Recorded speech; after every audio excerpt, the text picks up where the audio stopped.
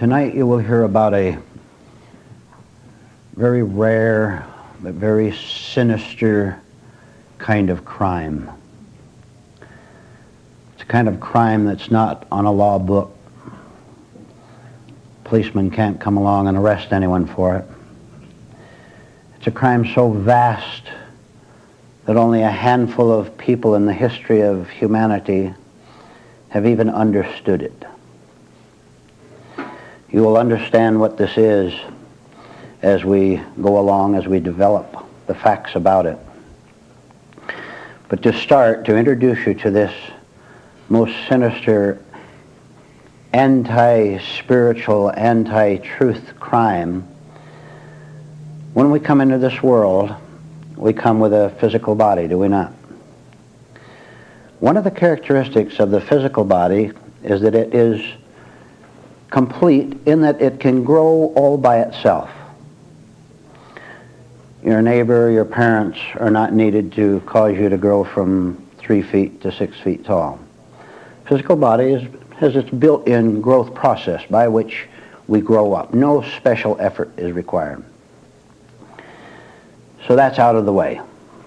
It is done for us. No special work required of us. We're also born in this world with a mind. But this mind is not at all complete. You can see this in the most obvious case in a small child who cannot think clearly.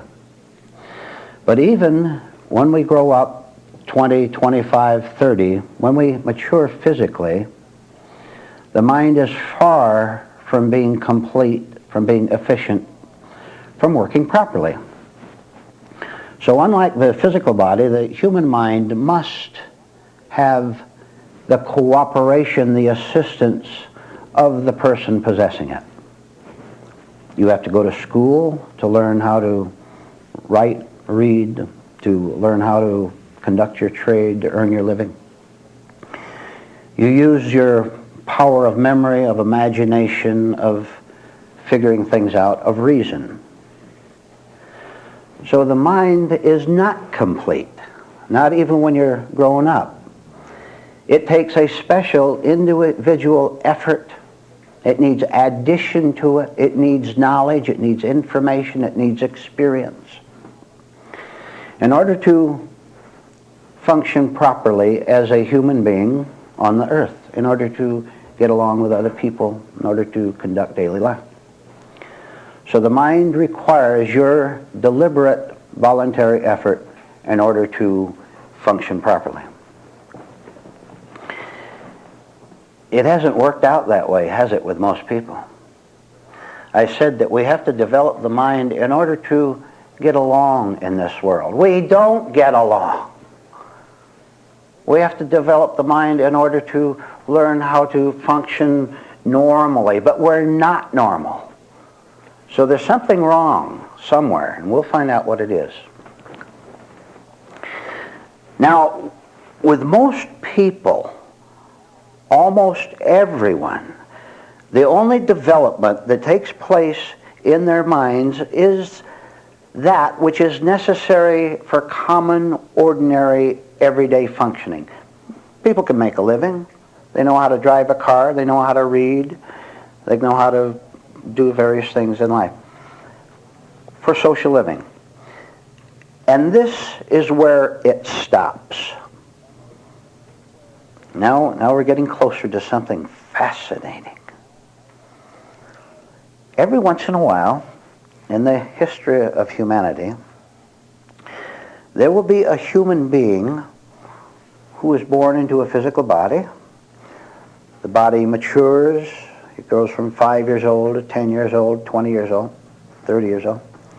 The physical body matures, and the mind also matures. The individual goes to ordinary school, and he learns geography and history. He learns about the planets. He learns about this world. He learns how to grow vegetables. But this special kind of an individual keeps going. There's something inside of him that makes him want to do more than just live in this world. But he doesn't understand the existence of any other world, and you don't, by the way. But this very rare, unique individual has an urging to do more than earn a living, more than to have a family, more than to have a home on the hill overlooking a pretty view, more than getting ahead of his neighbor. So he continues to develop his thoughts, his psychic system. He begins to get to the point where he's a very efficient human being in this life. He becomes a good businessman. He thinks well. When a crisis comes up in the home, he doesn't fall apart, and he doesn't look at someone else and ask them what to do. He can think for himself. He has initiative, and he's resourceful. He uses the resources that he's been given and developed. He uses them to maximum ability. Now, this person you'd ordinarily call a fully matured human being in this life. He's doing just fine, but way above average because he kept going way back where he could have stopped. Something in him urged him to keep going. Now, this very rare and unique human being, as he continues to develop mentally, he runs into a very curious, strange, and at first very shocking experience. A certain realization comes to him that doesn't come to very many people. And this realization is this: his mind can't give him happiness. He knows it. And here's how he knows it. Because he's been using his mind for all these years, and using it efficiently, too. He's had his business, and he doubled the amount of business he had through his skill and initiative and persistence. He succeeded in winning his way in this world in various ways, socially and so on. His mind demanded certain successes of him. He gave them to his mind, and he sees that he is not happy. He's still anxious. He doesn't know where he's going. He doesn't know what he's supposed to be doing. This is a great crisis to this man. Already, let me add, he's 1 in a million. Already he's 1 in a million. But he has seen this shocking truth that his thoughts, his beliefs, his ambitions do nothing to give him peace of mind. Do nothing to make him content. He is not a content man with his fine home and his beautiful wife, the bank account down on the corner there. He knows he's not content. He has a crisis that is unparalleled in his experience, and he doesn't know what to do with it. What do I do next is his question, and there is no answer. For years he asked, what do I do next? And his mind gave him that answer, and he knew his mind lied. He always had a next. Trouble with that next, it required another next, and on and on. You know what I'm talking about. You've experienced this. So here's this man utterly baffled at his discovery and wondering why it happened at all. And he's doubly disturbed because there's a part of him that wishes he had never made the discovery. There's a part of him that says, oh, if I could only go back to where I could kid myself into thinking that I was happy and content and was on the way. But he can't kid himself anymore. He can't go back. He has to go forward, but he doesn't know what forward is. So he's trapped. Trapped by his own discovery. Now, to make this clear, I want to change the scene a little bit. Take this same man who's right at this point we're talking about. Put him in a big, dark, deep valley, occupied by several hundred people, several thousand people. People living in a dark valley way down, mountain peaks way up here, and they're way down here. And they live ordinary lives like people live. Business, homes, athletics, sports, and entertainment. Walking around the village at night and all that. What you call the kind of life we live. And here's this man who's made this discovery. Oh yes, there's a peculiarity about these villagers. And you'll understand the symbolism of it. They walk around town with their heads and eyes bowed down. They're looking down like that. Wherever they go, they haven't learned to look up at all. This is the way they walk, down like that. So this unique man that we're talking about has made the certain discovery that he can't make himself happy, and neither can life. If I can't make myself happy, he says, maybe my next hope is that life will. Wait a minute, he says. Life is me, my experiences. Going to that party didn't do it. Getting involved with those people in an exciting trip didn't do it. And he doesn't know what to do. Surrounded by all his own ideas, by all the people who are supposed to help him. There's the advisors, and there's the churches and the entertainments. And he has, you better pray that you'll reach this point. He sees something that he can't forget. He sees something that he can't get out of his mind. So here's what he does. He begins to ask questions. He asks his relatives, and he asks his friends. He said, look, this is a strange situation I noticed for the first time in my life. Here, I've been living here all these years, and I've just noticed for the first time that we have all these churches and all these religions, and it doesn't seem to make anyone godly at all. In fact, it seems to make them just the opposite of that at times. And we have all these systems for keeping people happy with recreation and leisure activities, and yet they're not relaxed with those. They're still nervous about life. They're still scared. How come everything that we have set up to make ourselves feel good has not succeeded?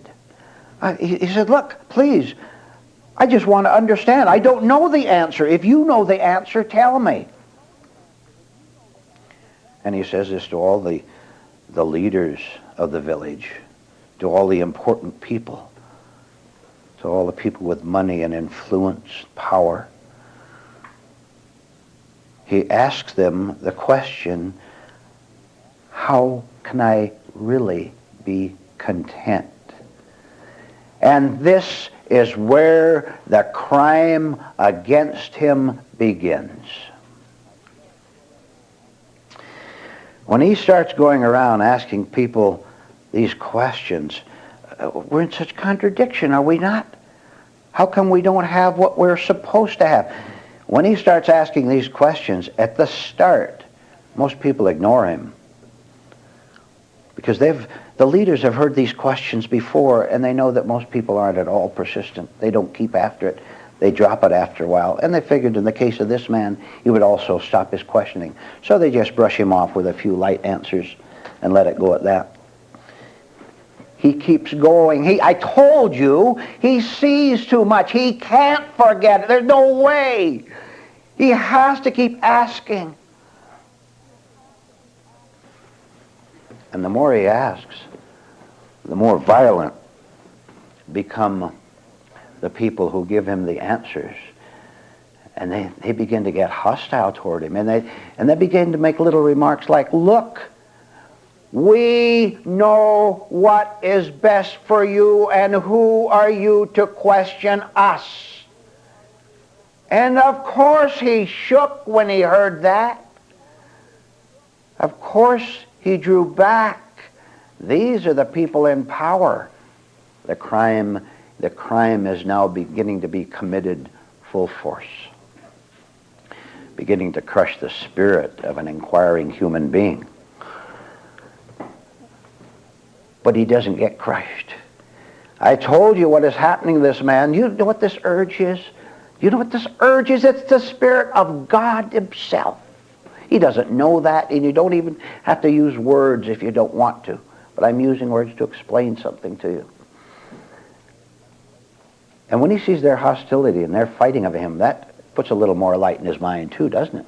Why are people doing that? Why are they persecuting me? Please, sir, what have I done to you? What have I done? I've asked a question, and you behave like that toward me. All I've asked you a question, and you get mad. Why do you get mad? He begins to see the answer as to why they get hostile.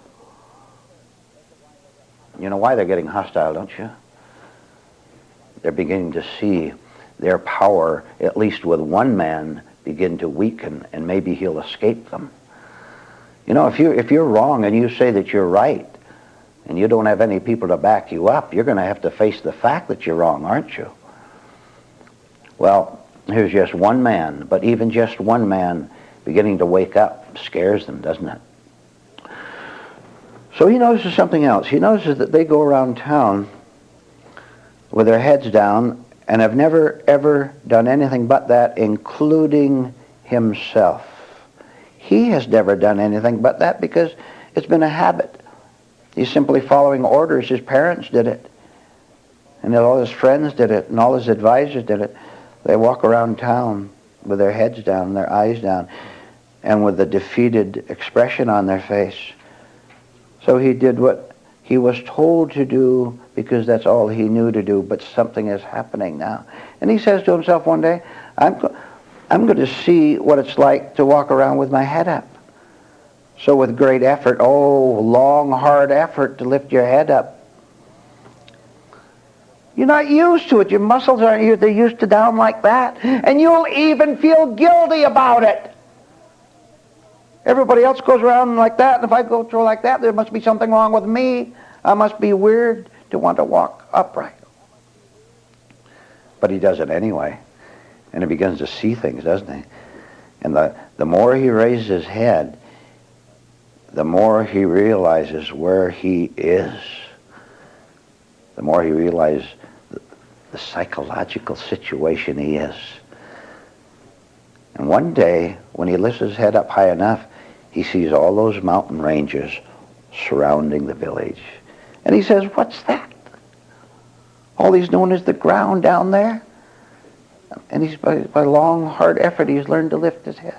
And he looks up and he says, what's that? He doesn't know what that is. He's not there. All he can do is sight it. But he knows that it's something different from the ground down there. Do you have a suspicion yet that there's something different than from the ground you look at all day long? The heartache that you live with, and those great painful ambitions, and those shames and guilts, the timidities. Just take the word timidity. You're still looking at all those timidities. This is all you have. This is all you know. This is what you have been taught. And the crime was committed against you up to a certain point. But do you understand that this crime of keeping another person asleep, of putting him down every time he tries to ask a simple question, do you understand that that happens very, very rarely in this life? How many people do you know who question it? How many people do you know who are trying to lift their heads? How many people do you know who have even learned to use their minds right?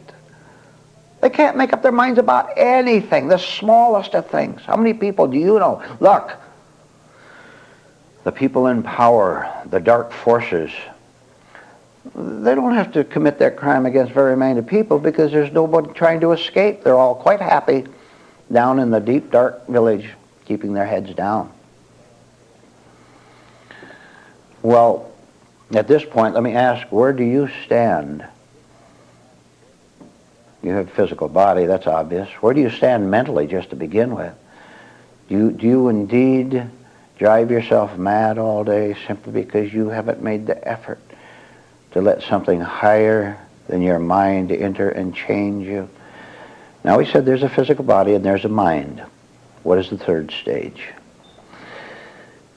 It's the mountain range. You see, that man finally made up his mind to leave there, take off. What are these people going to do with him except to lie to him? He knew more than they did. He knew more than their lies, so he took off and he climbed the mountain. And now he's in the stage where there's spirit.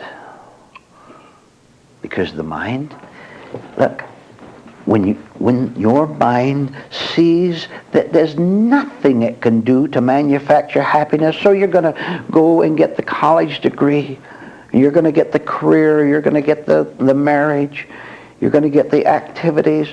See, your mind is lying to you and you are falling for it, and you won't see for yourself that there is no end to that sort of torment, to that sort of repetition. You won't see it. You still have hope in your mind, in your thoughts, in your activities, and in what you call you. I will tell you how to break out. And don't you miss this preliminary stage. If you cannot think logically and clearly in daily events, you had better start tonight to learn how to do so.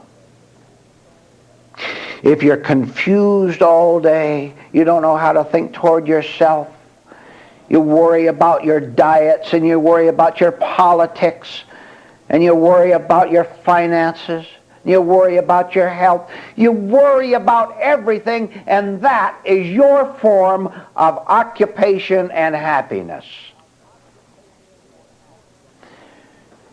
You are not going to be a rare, unique individual and have a crime committed against you by both inner and outer forces until you first get to the point where the dark forces sense that you're beginning to escape, and you haven't done it yet. You've got too much gloom in you. You've got too much hope in the future. You've got too much imaginary self-glory in you. That means you're not using your mind right.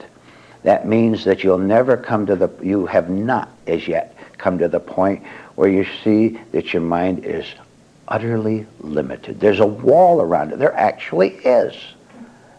Therefore, it can't give you anything that's outside the wall, and what's outside the wall is real happiness. The mind cannot make you happy. Even a clearly operating mind. If you're an efficient businessman, what does that do for you? You're still worried about loss. You're still worried about your life in the future. So that's the first step. You have to learn to think clearly, ladies, gentlemen. As long as you're flustered, as long as anyone can upset you with the slightest remark, that is where you begin. Don't try to skip this stage. You'll never succeed in reaching the mountain range if you do. But let's say you do work very hard on yourself so that your mind begins to think clearly. And it can't be pushed off the track by anyone or anything that comes along. Another thing is required of you. It's still mental, but it will help you to go beyond your mind to go on to the truly spiritual life. And it is this. When you see something wrong, sour, self-defeating inside yourself, you accept it as a fact. Now, careful, this is very tricky.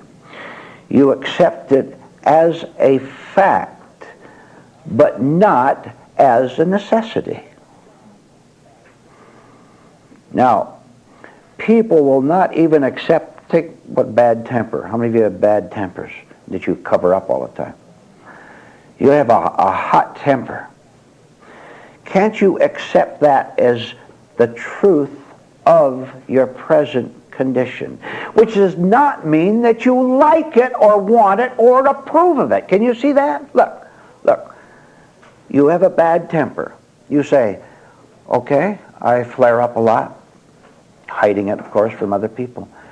I see it, but I see that it is there, but I also see that that is not good for me. That's a part of self-punishment, to always be angry, to always be boiling over. Now this means if you accept it as a fact, you were already somewhat apart from it. That is, you were seeing it as a fact without bringing any judgment into it, any wish to change it into it. Therefore, it remains a fact and therefore can die out in time, because you do not encourage it to stay there by hating it. Because your hatred of your bad temper is the bad temper, and you recreate it with your phony act of being self-righteous and saying, I'm going to get rid of my bad temper. You haven't done it, have you?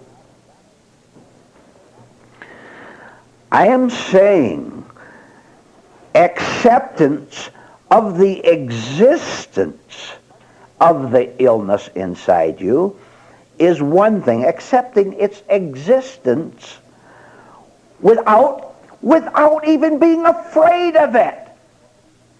Because what happens when you're afraid? You continue it. Because it is on the level of fear.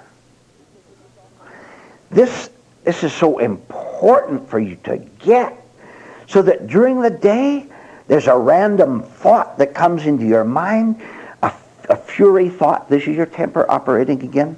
Your fury comes up and you see it, but you now see it as a fact about your present existence, but you are beginning to understand that it cannot be part of the spiritual life. Therefore, it can't be part of who you really are. It's been imposed on you. Now, you understand that when you do the wrong things with the dark states you see inside yourself, you are committing a crime against yourself. That's self-criminality. Because you don't understand that it's very simple, you don't understand that there's a life that is different from self-criminality and being punished by it. Final word. Go against the whole world. All right. You can go against the whole world by consciously going against the world inside of you. That is your only world. What do you have to do with the worst persecutor on earth? What do you have to do with anyone who's trying to keep down your spiritual life? Your real nature, has nothing to do with him or her at all. Therefore, it is the easiest thing to go against the whole world. Because you can take the side of truth. And when you do that, the work is done. Many, many things to think about tonight, right? Think about them for a long, long time. And start off by seeing the inadequacy of your present mind, that you cannot think clearly, cannot think without emotions. Start there. And if you go far enough on this stage, the next stage of living in the Spirit will come to you automatically, spiritually, automatically. What would you like to talk about? Vernon, your talk tonight had so much in it, and I felt it connected perfectly with your talk about thinking about your thinking. Yes, very much so. It was an exquisite explanation of how the search inside continues to come to a point where there is no more return. You have to go forward. You're caught. You're beautifully caught. Take another point out of the talk, and we'll discuss it a little bit. You cringe, don't you, at the smallest criticism. You can't take anything without putting your collar up like that and running back home and hiding. How do you expect to learn unless you brave the world and its wrath? I am telling you, in any average day, 24 hours in a day, look at the times in which you would prefer to hide back in the lower parts of your mind rather than saying, you know, that's true. I don't have mental maturity at all. I'm my own private lunatic asylum up there. What I'm trying to get you to see that you haven't even begun to work on your mind yet, which is an elementary level. You must pass through the mind to reach the spirit. And I gave you the greatest single clue on that. Where that real spiritual adventurer saw that he had given his mind everything it demanded, and the mind betrayed him.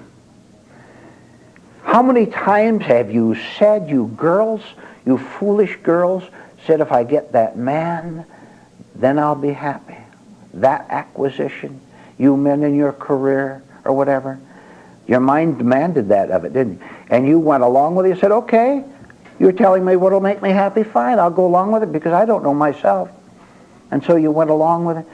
But your mind continues after every failure, after every time you fall down and cry, you get up again and listen to your intellect again because it's the only thing you have to listen to. We understand that. What else are you going to listen to? You have nothing else. I am saying, see that every time you consult yourself, you are betrayed. A spiritual crime is committed against you by your own intellect. It is telling you that it's going to make you happy. Look, try to find oranges growing in the middle of the Mojave Desert. Find a green orange tree loaded with oranges right in the middle of that hot 120-degree Death Valley desert. You can't find it. It can't be found there. Try to find contentment inside your own hot mind. You can't do it. So what's left? What's left is for you to give up you. Because that's the only place you exist, is inside your chattering box mind. You exist no place else but there. And you don't even exist there. You imagine you do. Want to work harder? You'd better.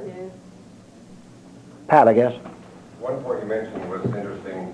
After having discovered there was something else, the man wished he hadn't.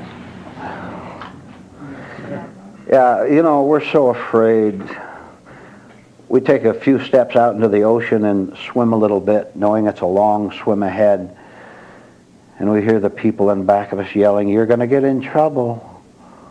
Get in trouble? If you go back, you're in trouble. You always were. So what am I going to do? I'm in trouble if I go back. I'm in trouble if I keep swimming. What am I going to do? I'll tell you what to do. You keep swimming. Never stop swimming. You'll reach the island. If you never stop swimming, you will reach the paradise island.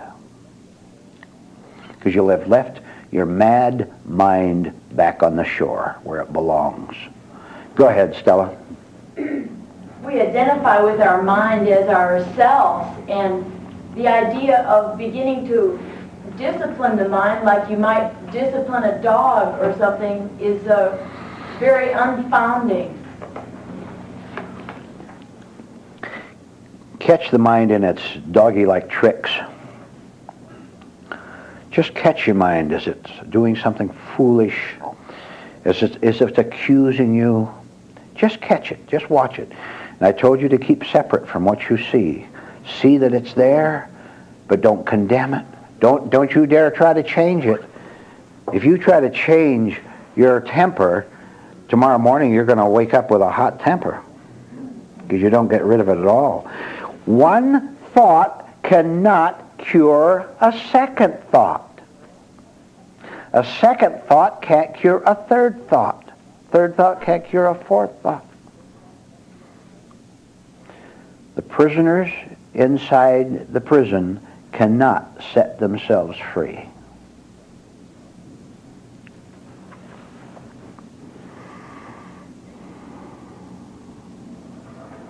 It's amazing how asleep we are.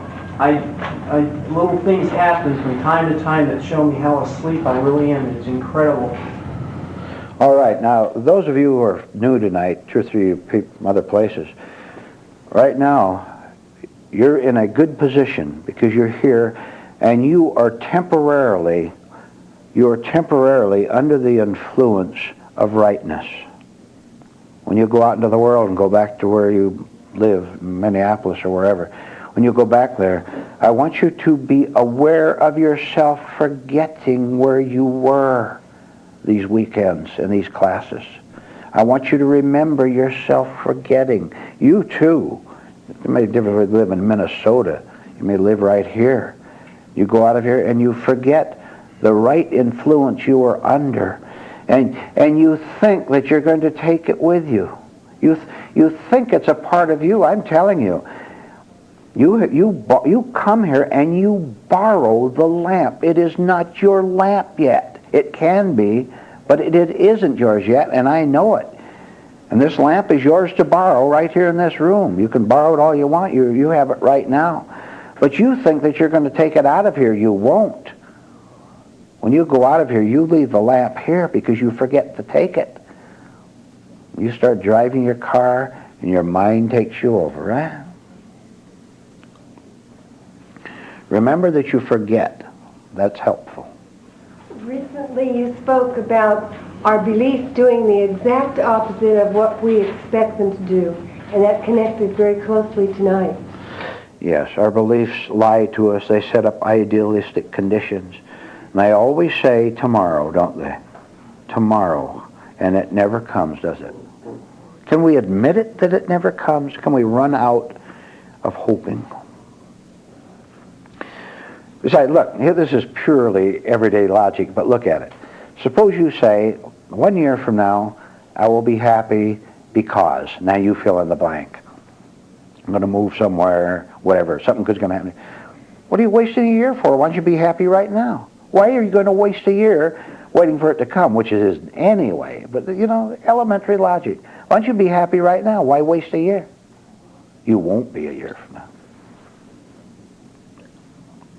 I noticed that the process of allowing the mind to promise me things in tomorrow is always done with images of yesterday. It has to be. You borrow from yesterday and project it in the future. Yeah. You said something encouraging. I just forget how you put it, but the stirring within us, this restlessness, is God Himself. I just forget how you put it. They're urging the Spirit to want to go on and on. It has to come from God. It isn't coming from your own mind. Your own mind can't say go on. Your own mind says stay where you are, keep your head down. Anything that tells you to lift your head and look up those mountain ranges, that has to be of something higher than you. And it is. Haven't you noticed? I told you one time in a talk that truth has to be an appearance. That is, it appears before you. You see something. It can't come from you. It has to come from outside of you, and yet inside of you too. You understand that? So truth has to appear before us, and it gives us this urging to go on and on. It urges you. Now here's something you don't understand, any of you yet. So take it in, and it'll help you. You have to go 1,000 times deeper into your own sinful nature and face it. Because if you have all these ideas, all these mad sex thoughts, all these greedy little thoughts, all these dark evil thoughts you think against people all day long, as long as you don't confront them, they're going to be unconscious down inside you, tormenting you, aren't you? But if you can see them, if you can look at them, then you'll understand that you are, as I said before, are indeed separate from them. But the main point is to dare to walk right up to those dragons inside of you and say very calmly something like this. There's the dragon of hatred, the dragon of lusting after a woman, which you men do.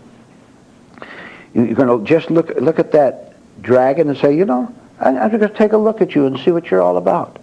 I'm going to look at you in order to understand you. And already you'll get the suspicion very early that while that dragon is in you, it is not your nature. Remember in the talk I said that you have to use the term, you have to accept it being there, which is not the same as wanting it there.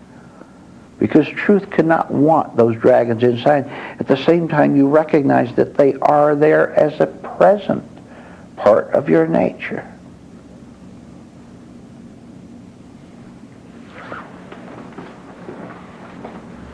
I've noticed lately that all Sue can ever hear is just self-complaining vanity. Self-complaining fantasy. Vanity. Fantasy, yes. That's our whole life. Break thought. Write down that as a little short sentence. Break thought. That's right to the point. I couldn't put it clearer. Break thought. Now, in your early stages of doing that, you can't break thought in order to go into awareness, into understanding with a capital U. What you can do is break thought over and over, say 100 times a day, so that you get the jolt of breaking thought. Then you'll go to the next thought, won't you? You break it, you suddenly say, you know, I was thinking how that man drives his car too fast down in front of my house and he's going to hit someone someday. And you have a temporary little hostility for him. All right, you break that right in the middle of it happening to you, and you see yourself thinking that thought. Now, you're not ready yet to go up into understanding from there, because you're too young spiritually. You'll go into the next thought and say, boy, I'm supposed to love my neighbor, and I sure don't love that man. I must be terrible. See, you've done it again. All right, break that thought. Break thought. We will talk about awkwardness. Now, does the state of awkwardness connect with your life in any way? We are sure that it does, aren't we? We talk so awkwardly and stumblingly, feel all wrong, fall over our tumbling emotions inside. Our human social relations are bumpy and awkward, and repeats itself endlessly, so that there doesn't seem to be an end to our plain old, awkward, unsmooth living. And for the most part, we're unaware of it. The only thing that we see at the beginning is that awkwardness makes us uncomfortable. It makes us embarrassed at times. We blurt something foolish, do something that hurts us in some way, and for a little bit, just for a brief flash, we become aware of our awkward living, just one little bit of it at a time. Now, awkwardness, mentally, spiritual awkwardness living through life, is a natural, unnatural part of us when we start this life. It's with us, you know that. As children are terribly awkward in everything they do. That's because they're learning. However, spiritual seekers have the chance to cease to be awkward and to begin to be smooth. Wouldn't it be nice to be smooth inwardly? Instead of the river flowing down in its bed with hundreds of rocks in the way that disrupts it, that blocks it, temporarily at least. Wouldn't it be nice to have all the rocks out of the way so that the stream of our life just flows so smooth and natural, nothing to fight, nothing to think about, nothing to fear, but because all the obstacles have been removed, it just flows. And that there's no such thing as an obstacle out there because there's none inside. Take a trip with me to Australia. Now, what do you find in Australia? Australians. for the most part.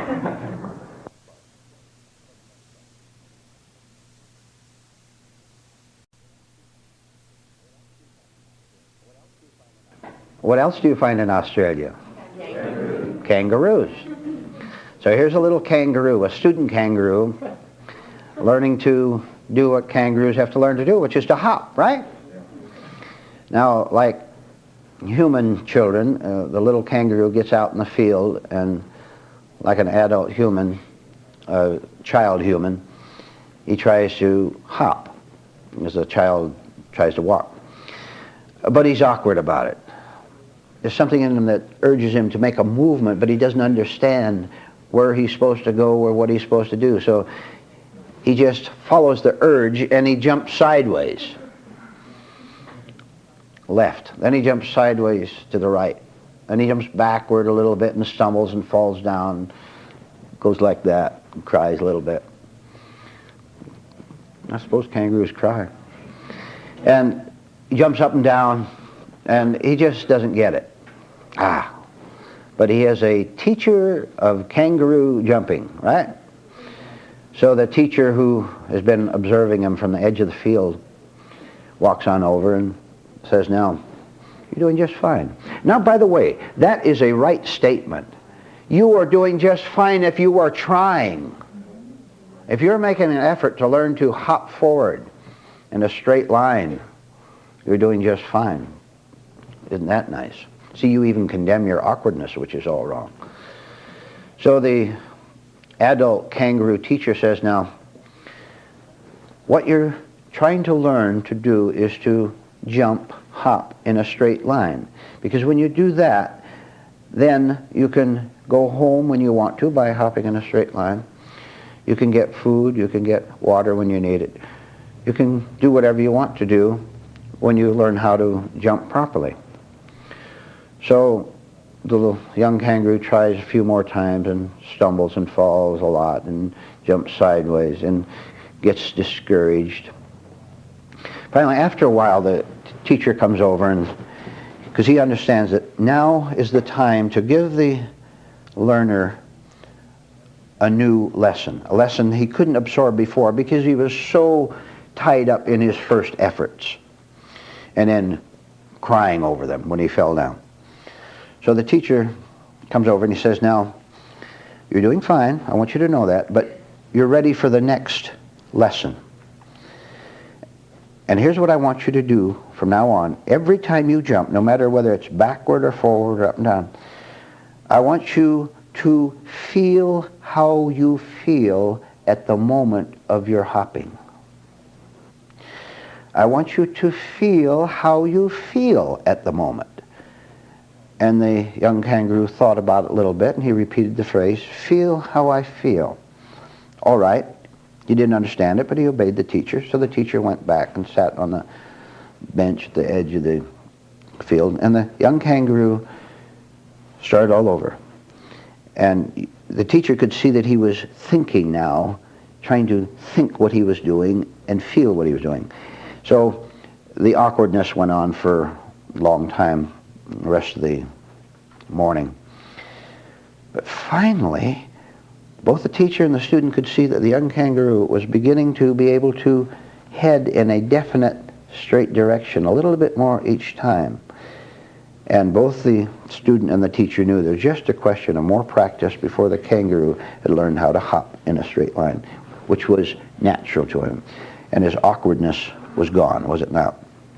So the little kangaroo came over and thanked his teacher. And he said, you know, when you told me to feel how I feel, to watch what was going on inside of me, that clicked in my mind. I understood the value of it. Because I could feel my awkwardness. I could feel myself stumbling and falling, and my reactions, how I wanted to cry or I wanted to give up, I wanted to get discouraged over it. And I was wondering whether all the other little kangaroos around were watching me fall down and laughing at me. I want to tell you something. Let me interrupt our kangaroo jumping for a minute.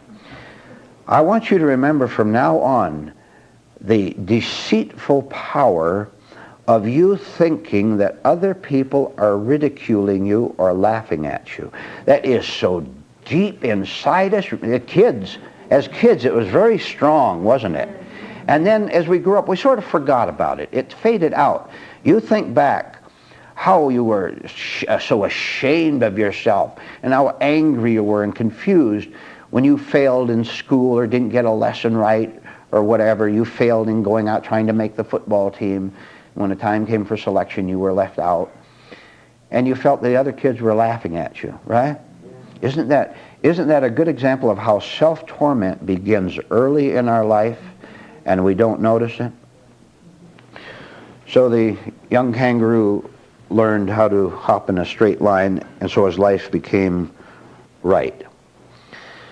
Now, we are on the edge right here this morning of a tremendous discovery. One that if you watch how awkwardness, mental awkwardness, your life awkwardness begins to slowly disappear. And you'll know what I'm talking about when it happens to you. There won't be all the bumps that you have. Feel how you feel at any moment of your day. You can do it right now while you're listening to me. And I am doing it right now as I'm talking to you. I'm looking out there at you. I'm also looking inwardly. I see what's going on inside of me. Feel how you feel. Now, here it is. Don't miss it. Understanding of life and liberty is possible. It is possible because you can do what you are required to do in order to grow into liberty. Now follow. You can feel what you feel at any moment and understand that that is your present state.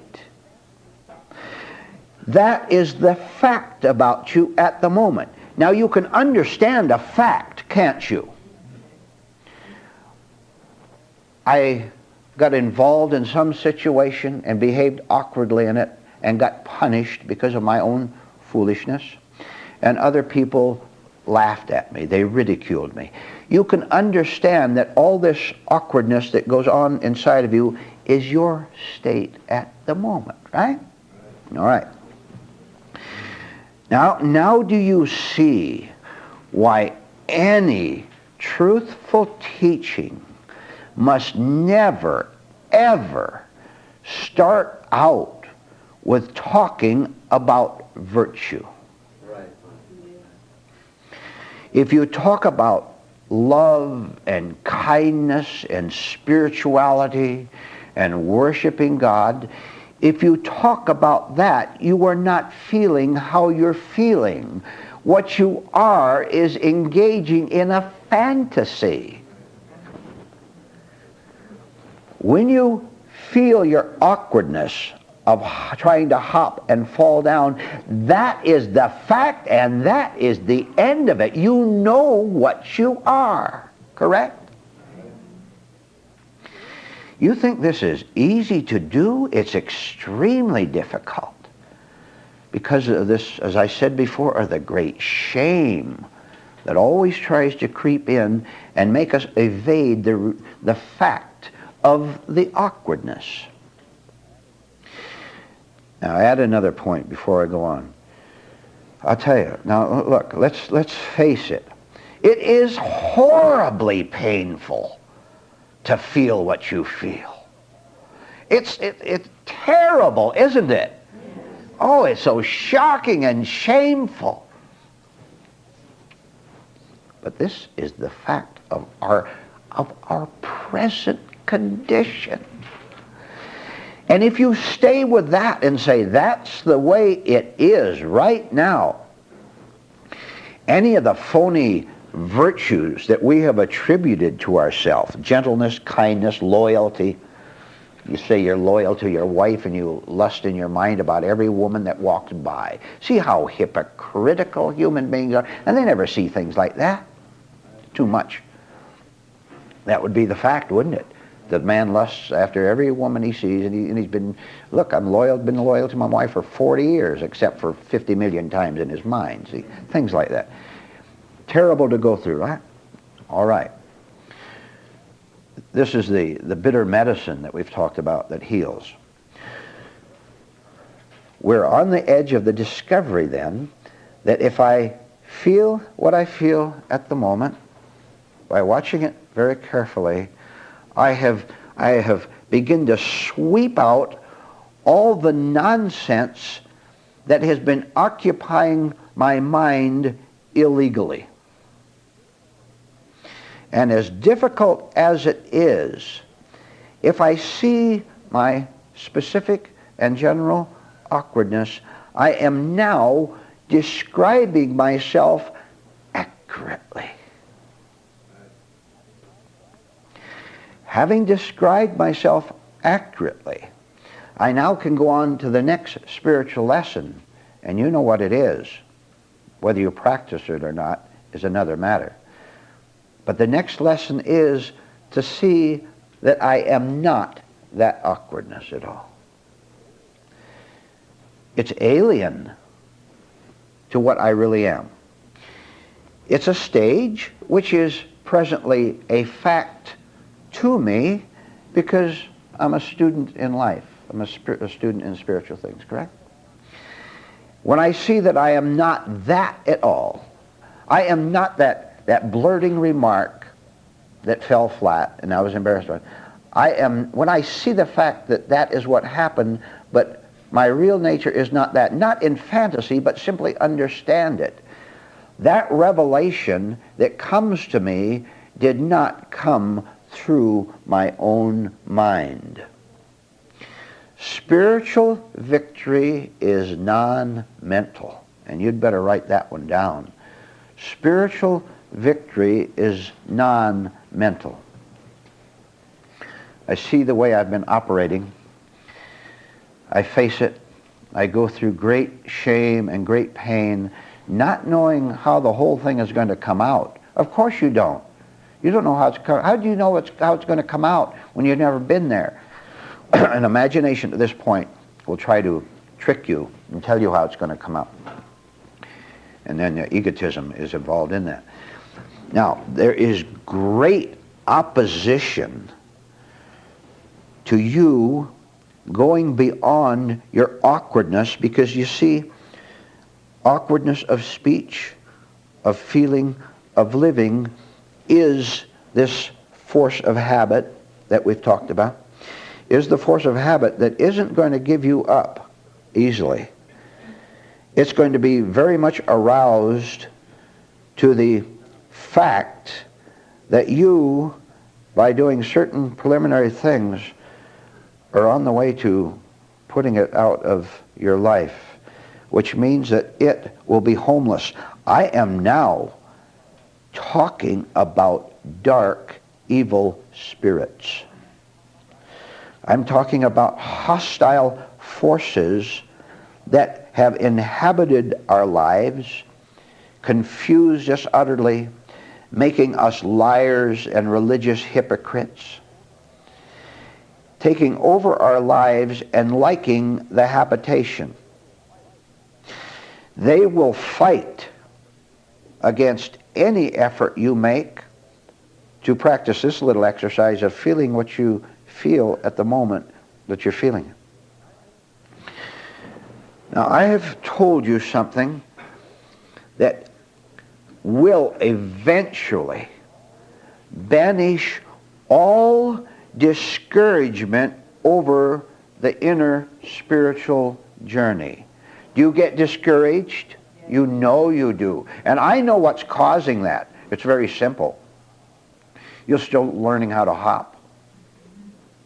And like the little kangaroo, you fall down, you're so ashamed of yourself. See the identification in that? You say, see how stupid I am? See how awkward? I hope no one's watching. See? Oh, we're terrible, aren't we? We make so many mistakes. All right. If you can proceed to do what you can do, every step will be an upward one. And discouragement, which is false, will fade away a little bit more each time. And I want to give you an illustration of discouragement. Imagine a greedy, evil man who hears that there's gold down in a South American jungle. Gold has been discovered. He hears about it. And he's a wicked, evil, greedy man who just wants the gold that he heard about. So he goes down to the jungle and goes way back where the natives are superstitious and ignorant of civilization and its ways. And he gets his bag of magician's tricks. And he stands up before the whole tribe and he pretends to create fire by using a cigarette lighter covered up with something. And he makes things appear and disappear.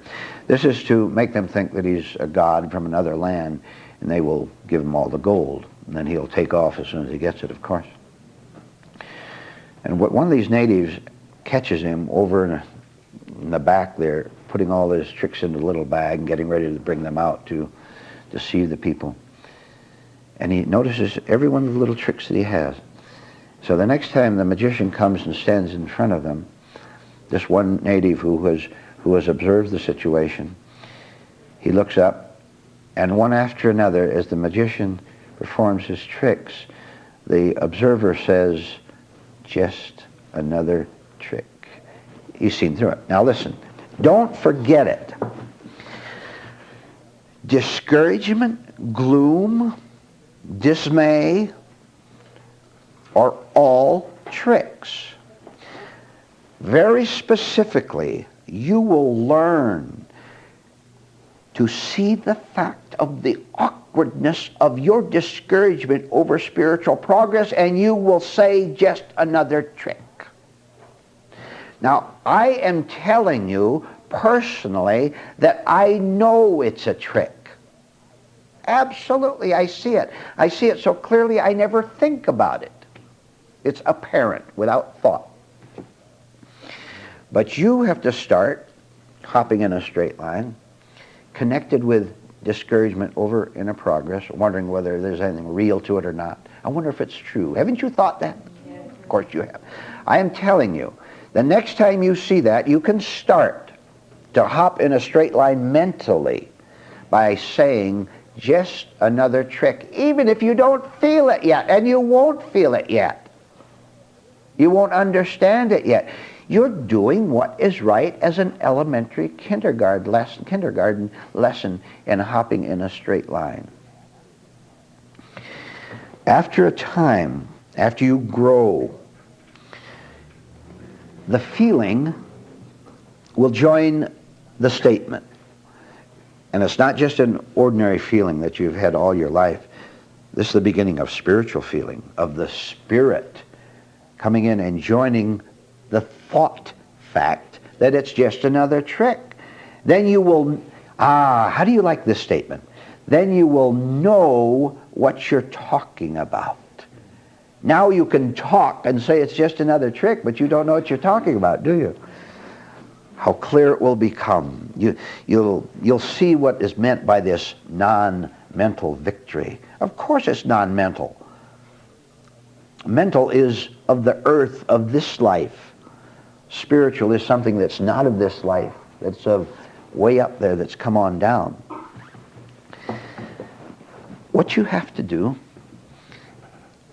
to bring sort of a summary to what I've been talking about this morning, what you have to do is to let these facts, which are true facts, to let truth itself fight for you.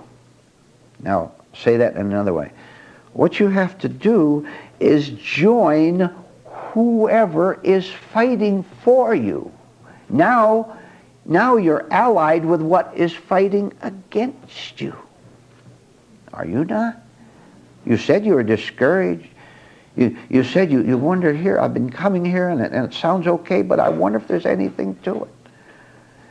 You're still in danger from the dark forces if you think that. You're still in danger of wandering off someday and missing the whole point of your life. So it is possible for you, by your elementary understandings, to come here all the time, to come to every class, to be receptive, and to watch your feelings as they occur right while you're here. It's possible for you to more and more join the person, which is truth, who is fighting for you. Here's a Westerner, say a cowboy, 80 years ago out in the West. And he's riding around the prairie, and he's bitter and discouraged over the failure of his life. And along comes a gang of outlaws, a dozen outlaws, and they see him, they go over and say, listen, we're about to plunder a ranch down there and get all their cattle and all their money. Join us. So the cowboy, hey, he likes that. He's going to strike back at the world, right, that's defeated him. And he's made it all right. He has his own little home somewhere, but he likes the idea of striking back at a world that he felt was struck at him. So he joins the outlaws, and as they gallop down toward the home they're going to plunder. Are you ahead of me? Where are they heading? They're heading for my home. I am on the side of the outlaws that's going to ravage my own ranch. How stupid could I have been to join them in the first place? You are now riding with the outlaws thinking they're friends, but yet not you are riding with them, but your own bitter, foolish, discouraged, wrong elements. This is a powerful point when any of us are riding along, glad that we're going to strike back at a world that has hurt us so badly. And I have a right to hurt you the way you've hurt me. Have you ever felt that, by the way? The longer you ride and you get to see they're going past that ranch over there and that one over there, hey, they're heading toward my house. I have told you about the efficacy of observing self-defeating behavior. Hey, wait a minute. Wait just a minute. I'm doing this against me. There is magic. You're not going to ride with those outlaws any longer once you see that. You'll clap your hand to your forehead. You'll put the reins over to the left or right, and off you go back home to protect your home. And aren't you glad, as we come to an end here, aren't you glad that you don't have to protect yourself? Oh, I see. That was too much for you. You still think you do have to protect yourself, and you still think you have the strength to protect whatever you're protecting, and you're not sure of anything. Protection is no protection. There's nothing to protect. Now you're protective, defensive, hostile, aren't you? Protecting what? Your own neurosis. You're protecting the outlaws. You're riding with them. Oh, there's no way I can tell you with words, because words are mental and spiritual victory is non-mental. But I know you can feel it in a higher way, what it means. They have no protection. There's nothing to defend. Now you're walking free. Now you're safe. And take 10 minutes. A reminder. The world out there itself is the perfect, absolute evidence of the truth of everything we talk about here. You go out to a money-mad, meet a money-mad individual. You see a sad, crabby woman. You see nations fighting and pretending that they love peace, and they're just waiting to get more guns than the other one before they attack. Everything we say here is evidenced as truth by what the world does. Study the world. If you want to know whether this is truthful or not, see what goes on out there with people who are close to you, who are distant from you. See what the world values, for example. And see how once that man gets all that money, he no longer knows what to do with his life. Remember that short little point, and we'll have open discussion now. If you have questions or comments, if you like. One more point, please. Let's all recover right now. Where were you 5 seconds ago? We are now here, and we are now. Nothing exists but an awareness of what is going on inside and outside. There's no past, there's no future. We just know that we're here. And that's all that's necessary. But oh, how much work is involved in that simple little practice. Now, please. When being told that the entire world is insane, most people rebel. But the very proof of their insanity is just to read a newspaper. Well, reading is, that's true, of course. Reading the newspaper adds to their present life, which is all they want. Try sometime to read a newspaper from a spiritual mind. And if you're reading it from a holy spiritual mind, you'll see no difference in that, what you read in the paper, than in a yard full, a big field full of 200 or 300 little children playing their games and playing their roles, fighting with each other, pretending they like each other. I'm telling you, you have got to stop thinking that human beings are adults. They are children inside. You're deceived. Look, I'll tell you, I'm serious. And what I'm going to tell you is serious. And I think you already know this. If we ever get that building up there, that nice, pretty, white, respectable building, you'll be fined if you wear a suit and tie in there. And that's a spiritual lesson. Because I knew it as a little kid. I really did. I sensed it. How come when they're all dressed up like that they want something from you? My dad used to take out the real estate people, for example. He'd buying property, something. And the real estate man have a suit and tie on. Why does he dress different from the butcher or the grocery man? See, I realize that's, you don't put that dumb old noose around your neck, and a hot coat, on a hot day. I suffered when I was 5 years old from other people wearing suits. That explains how I got so bad off. I can hardly wait for Stella to walk in like that. Yeah.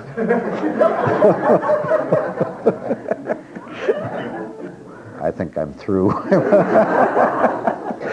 Go ahead, G. Well, I'm glad you said that, because when I was a little girl, my dad always wore work clothes, and my girlfriend's father wore a suit and tie, and I wished he would. Then her father went to jail for being a con man. Yeah. That helped a bit, didn't it?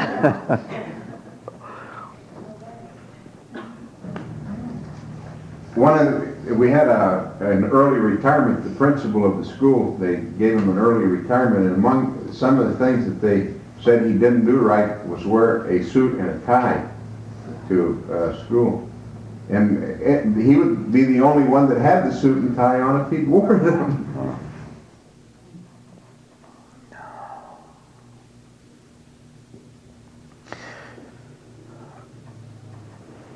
Simple, natural living makes unnatural people jealous, uncomfortable, resentful, because they can sense your freedom, even in such a thing as simple but clean dress.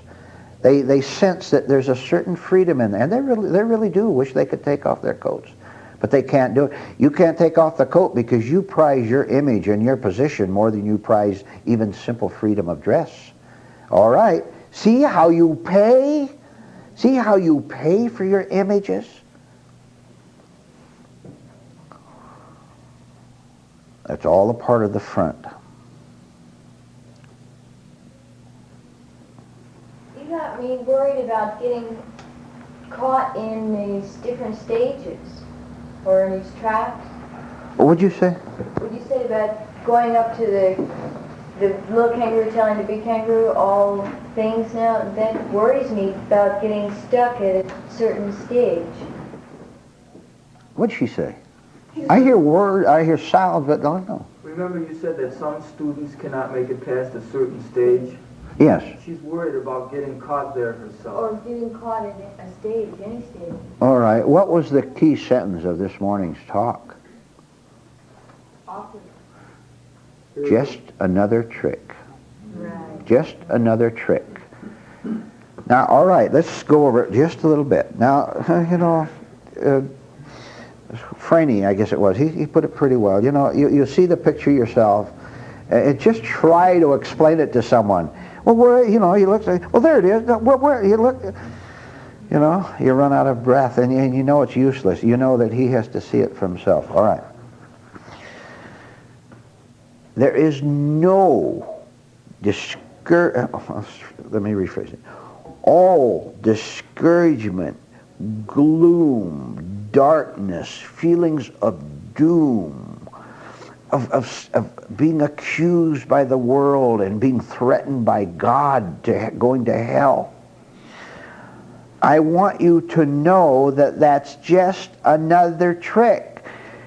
And you put exceptions to them, all of them probably.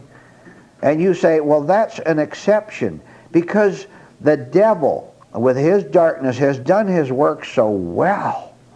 The devil in the form of everyone you ever met in your life. That chance remark as you pass two men on the street when you were an 8-year-old boy or girl, and you were just to happen to hear that remark that one of them made. I'll pull one out of there. Maybe it was a religious type remark. Well, that man is doomed to hellfire. And you had just heard a sermon about going to hell. And did it terrify you? What, you know, you don't want to burn in hell. But already, oh, the damage. And you know what the damage is? See, and the kid doesn't know it. I'll tell you, it's a wonder that we're not locked up. That's the only way I can think of to repeat it. The wonder we're not locked up.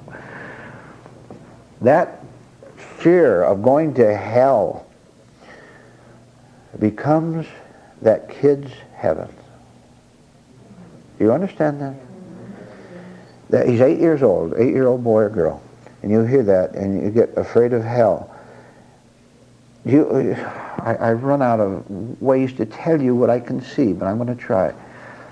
So here's these two men talking. They're big and they got suits on, and one of them, one of them was a Rev. They're both Revs.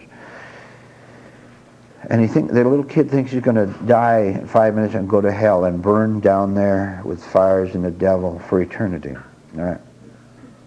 Now, but here, listen. There's no way I can tell you, but I'm going to tell you, really. The fear of that hell and the looking forward to of going to hell and burning in hellfire for eternity is the heaven of that child, because he or she is undeveloped and arrested at that level where thoughts about and feelings about hell becomes his heaven because it represents his self. I am going to hell is necessary to the ego self. Understand? Therefore, and the power of the self-created imaginary identity is so all-powerful that he chooses and falls into the pleasure, my God, what pleasure, of burning in hell in imagination while he's a young child in the body, and all that, of course, drives him insane in every way as he grows older. He can live in that for many years. If he comes to a truth class like this, he can understand what I just said, that egotism is so all devilishly demanding that it exist, and not, the Spirit of God hasn't touched that child, so that the mechanical forces of loving hell have gripped him entirely, that he lives in this fear and fire all his life and finally dies in his sins. Here, you are told that to die to a self who fears hell is to find heaven with a capital H. You must die to hell, to a hell spirit, which is a conceit spirit. You must die, give it up, no longer exist as a lover of hellfire. If you will die, you will live. If you will give up your hellfire love, you will then have eternal love, which has no center, no you in it.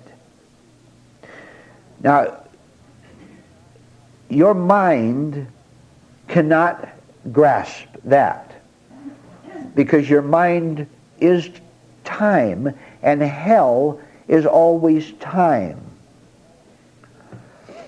Eternity is without fire.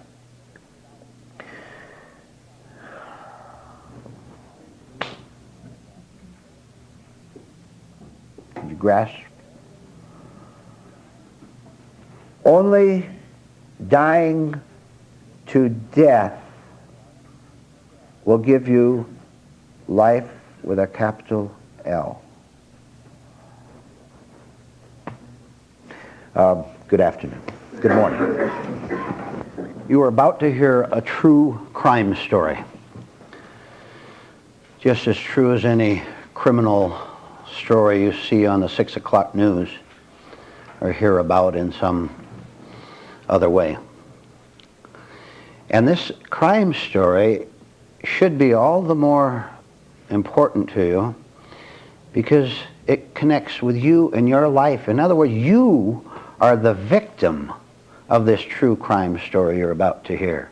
You're very much involved with it and have been, and you will continue to be a victim of this psychological criminal and crime unless you take to heart what you're going to hear for the next few minutes. Here you are with an appointment with someone to meet them on the corner, a certain definite corner at 3 in the afternoon, all right?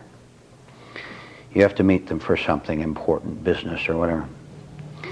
So at 2:45, you arrive at the corner, and you're a little early, so you just stand around and watch the people walk by, pretty much at ease. 3 o'clock comes, and you start anticipating the arrival of your friend, and you look to the left and look down to the right, still very much at ease. 3:15.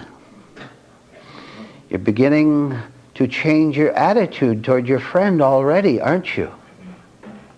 But all right, so there's heavy traffic and last things come up to block people from being on time. 3:30 comes. 3:45. At 4 o'clock, you are about to be taken over by a criminal. Change the scene. You need a certain bit of practical information, say in your business life. And you know someone who lives at a distance, say a couple thousand miles away. And this person can send you this needed information. So you talk to him on the phone. And you ask him and tell him, this information is very important to me. I wonder if you could get it to me in today's mail, if possible. If you could actually drop it in the mail today, I'd appreciate it very much. Because it's vital to something that's going to come up immediately. So then your friend says, sure, Drop it in the mail today, you should have it maybe tomorrow, 2 days, 3 days at the very most. You hang up the phone, satisfied and happy. The next day, of course, it's not in the mail, but that doesn't disturb you much, does it? Second day, well, sometimes the mail's a little slow. Third day, nothing in the mail. Fourth day, fifth day. After a week, you were again about to be attacked and taken over by this invisible psychic criminal. You already know him, don't you? He's taken you over 1,000 times, hasn't he? We're on to him. We've got him. We are cosmic cops. We can understand his nature. Why did you get taken over about 3:30 in a small way, standing on the corner there? And it started to build up more and more and more. Look at all the things you started saying inside of yourself. Why can't people be more considerate? Why can't they keep appointments when they say they're going to keep them? And I told that man on the phone how desperately I needed this information. Why didn't he keep his word and put it in the mail the same day so that I could have had it within a reasonable time? You can't trust anybody. Everybody's out to get me. Everybody's careless. They're inconsiderate. They're not thoughtful at all toward anyone else's feelings. I'll tell you something. That is true. That's a fact. You have no business hanging on to the fact as an excuse for your bad behavior yourself. You're just as bad as he is by reacting the way you did. But what are you doing when you start to get nervous and disturbed and hateful and blaming and accusatory? What are you doing? You're simply doing what you've always done. You don't learn your lessons in this class. You don't learn that you're supposed to be a different kind of a human being with a different kind of a mind and a different kind of a spirit. And you hear the talk about it for years coming here and reading the books and hearing the tapes, and you don't change a thing. A crime is committed against you by a criminal known as Creepy Creeper. Doesn't he creep up on you? You notice what happened? Here you are on the corner, 3 o'clock, 10 after. So far, so good, 10 after. No big problem yet. But just about at 15, that's a little extra wait that you don't want to wait. You've already been there since 1:45. So that's a half hour you have been waiting. Creepy Creeper starts creeping up on you, doesn't he? And it is your fault because you are not watchful. It is your fault because you say, I haven't had any fun of hating anyone for the last 2 hours, so here's my chance. That's right, and you know I'm telling you the truth. I haven't had a fiery thrill over resenting someone, over feeling the fire of my own irritation. I haven't had that for a couple hours, and I feel lonely. I need a friend. And so you let Creepy Creeper creep up on you and take you over. Now look, I am putting it to you just as clear, just as plain as words can do it. I have explained to you, and every time I explain that wait for both the man on the corner and that letter in the mail, you have gone through this thousands of times, so you have been taken over by the creeper, and you have suffered from it, and a crime has been committed against you. Why do you permit it to happen anymore after today, now that he's been exposed? Because you are part of the darkness and the criminality yourself. That is why. And your part of the criminality is to be bitter. You tell me whether it's a nice thing. The word nice, that'll get you. You tell me whether it's a nice thing to hate anyone. You tell me whether it's a sign of intelligence or stupidity to let Creeper creep up and let you burn and make you burn. When you're burning, you're in a state of hell. Self-created, self-invited. When you're burning there, looking around, you are having the time of your no life. Not of your life, but of your no life, because you don't have a life of your own as long as you're still a victim of that. I'm trying to get over to you the fact that you unconsciously and utterly, ridiculously enjoy being taken over by a creepy creeper. He starts to come up a little bit. Instead of you being watchful inwardly and seeing that first little resentment, well, he should be here by now. That's his first little approach toward you, and you don't see it because already you're enjoying his company. Some company. You are keeping company with a criminal.